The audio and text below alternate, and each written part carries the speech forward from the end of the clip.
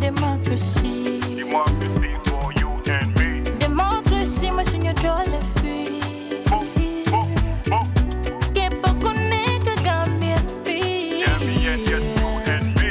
Sani kata mwelunyu. Lunyu wafi. Sani kata mwelunyu.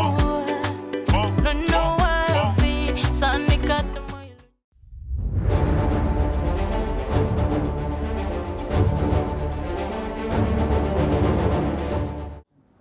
Well, at least the good starting point is that you have used the right nomenclature, so to speak. Unfortunately, many a time we hear people say the three organs of government, but the reality is there is no three organs of government.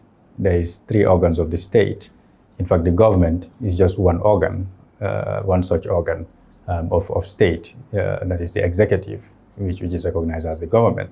So the right way to put it, as you've done, is to refer to them as the three organs of state.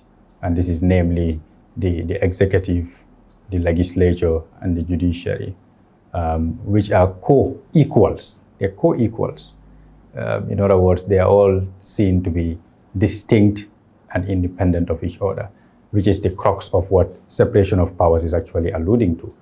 When we say separation of powers, what we are referring to essentially is that the three organs or the three arms of the state must be distinct and independent of each other.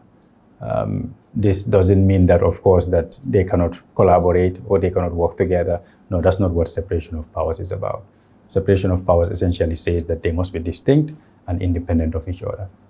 But closely linked, of course, to the doctrine of separation of powers is what we would call the principle of checks and balances. To ensure that none of those organs of state become authoritarian, so to speak. As Jefferson puts it, power corrupts and absolute power corrupts absolutely.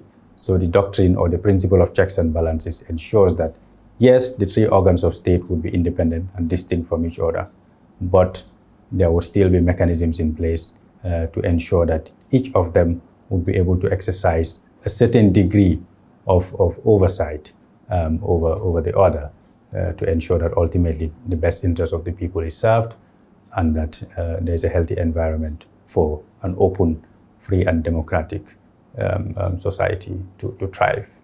Yeah. Democracy.